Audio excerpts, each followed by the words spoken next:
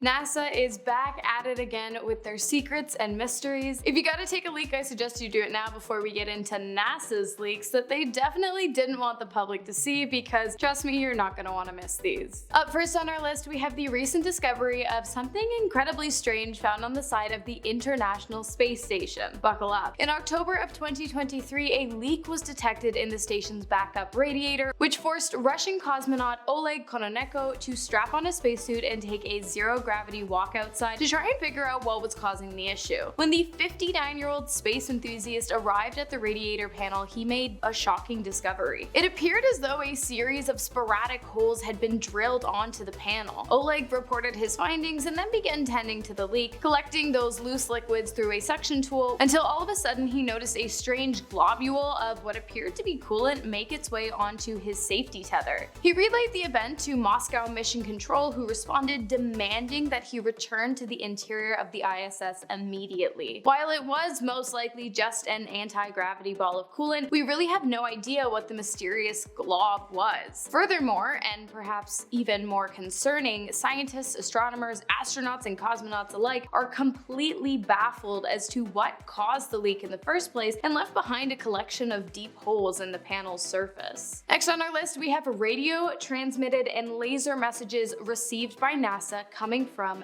deep space. The communications took place for the first time in November of 2023 and have continued into this year after NASA launched the Psyche spacecraft out in the hopes of locating a comet by the same name. As the spacecraft moves along its journey, it has been in frequent communication with NASA officials on the ground. The first communication came in the form of a deep space optical communication, a laser signal, and was detected from 10 million miles away from Earth. On January 1st of this year, NASA researchers were able to use radio frequencies on the spacecraft at 20 million miles away to download a photograph of the Psyche team at a rate of 15.36 megabytes per second, which is 40 times faster than the standard radio frequency. The hope for Psyche is that it will be able to remain in communication with the Earth even at a distance of 2.5 times that of our Sun, which would be about 186 miles as it continues its search for its namesake comet. Next up, we have the long-awaited release of legitimate UFO findings taken by US Navy pilots, and they were declassified by the Pentagon in early 2023. Among the releases were two videos depicting multiple UFOs or UAPs, unidentified aerial phenomenon. The first of which was taken in South Asia on the 15th of January and depicts an unidentified aerial presence moving at speeds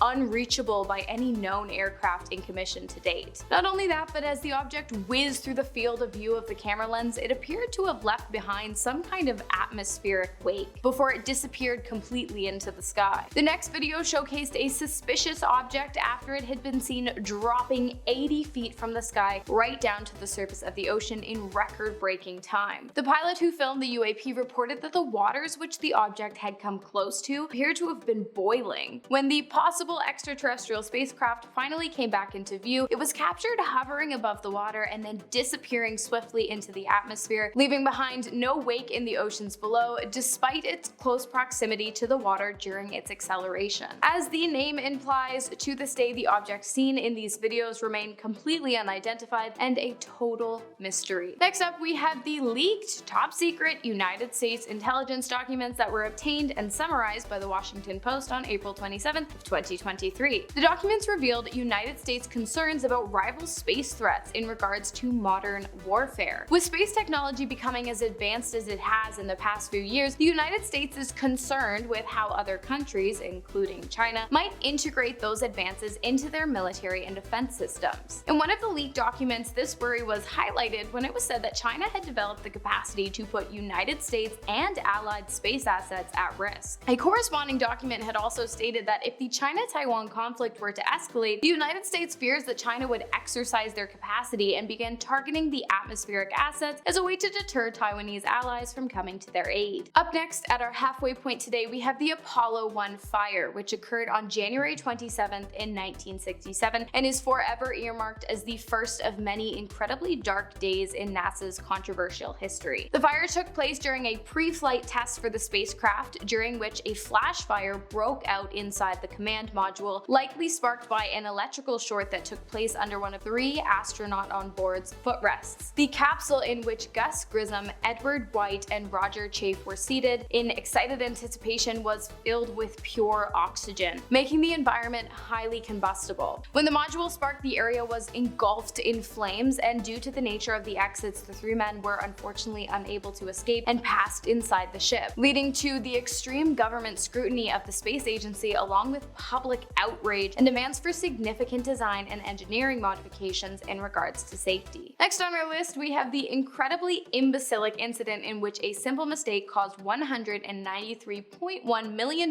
and countless hours of work spent on an orbital satellite to go quickly, swiftly, and embarrassingly down the drain. The incident occurred in 1993 when NASA, in partnership with Lockheed Martin Astronautics, designed and built the Mars Climate Orbiter, a 338-kilogram robotic spacecraft designed to investigate climate on Mars by collecting data from the planet's surface and atmosphere. Now here's where things get dumb. The mission was a complete failure due to nothing other than the fact that the engineers working at NASA's Jet Propulsion Laboratory used the metric system of meters and millimeters, while at the Lockheed Institute they used feet, inches, and pounds. Because of this, the orbiter's measurements were way off, and upon arrival at Mars, which I'm surprised it even made it to, the spacecraft became too close to the planet's atmosphere, which caused it to burn up and completely disintegrate. I mean, I know it's rocket science, but come on, guys. Next up, we have another great example of how NASA essentially just bleeds money because of the most basic mistakes. In this case, an extra $50 million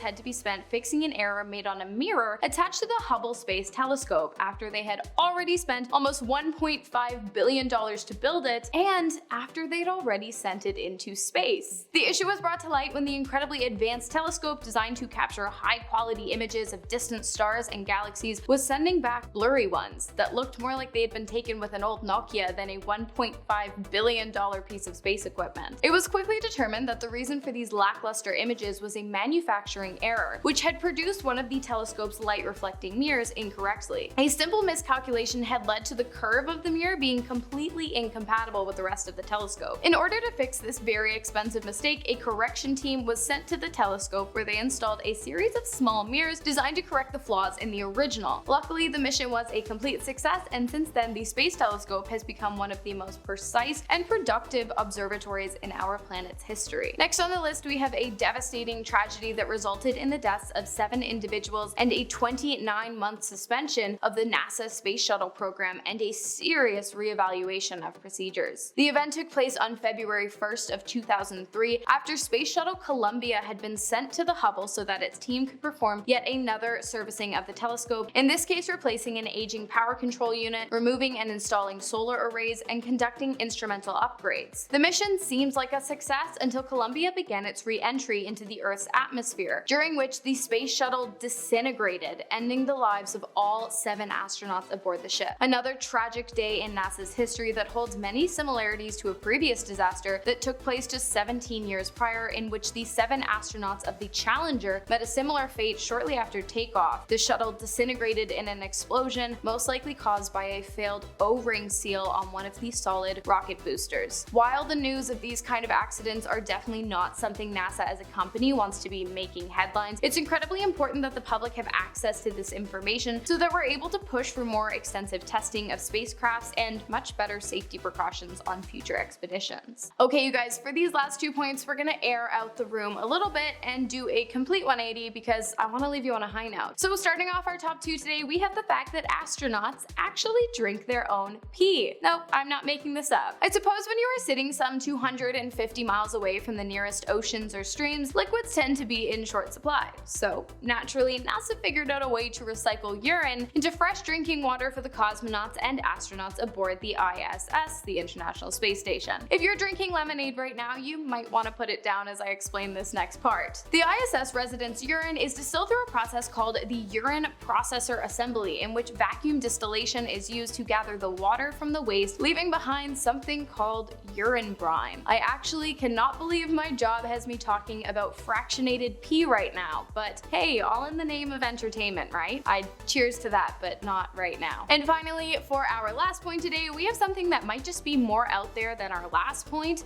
if that's even possible. I don't know, I'll leave it up to you. How do I phrase this? Have you ever wanted to do it on the moon? Well, if you have, you'll probably think this next guy is a complete legend because while he didn't actually do it on the astronomical body of the moon, Thad Roberts certainly had an astronomical experience with a body on 600 pounds of moon rocks that he had stolen from the NASA space agency. 600 pounds of moon rocks valued at $21 million, by the way. That's like committing grand larceny 4,200 times and then doing it on the loot. The worst part of all this is that the moon rocks were supposed to be studied by scientists, but it seems his specimen ruined their specimen. Roberts was charged and convicted for his crimes, sentenced to 100 months, 8 years in federal prison. Upon release, Roberts promised to keep his hands and other things off of the space agency's important artifacts, but he also made a point to say that he in no way regretted his actions. Alright you guys, thank you so much for joining me on this wild journey of ups and downs, laughs and tears. I've been your host Hannah Thompson, and I cannot wait to see you in the next video.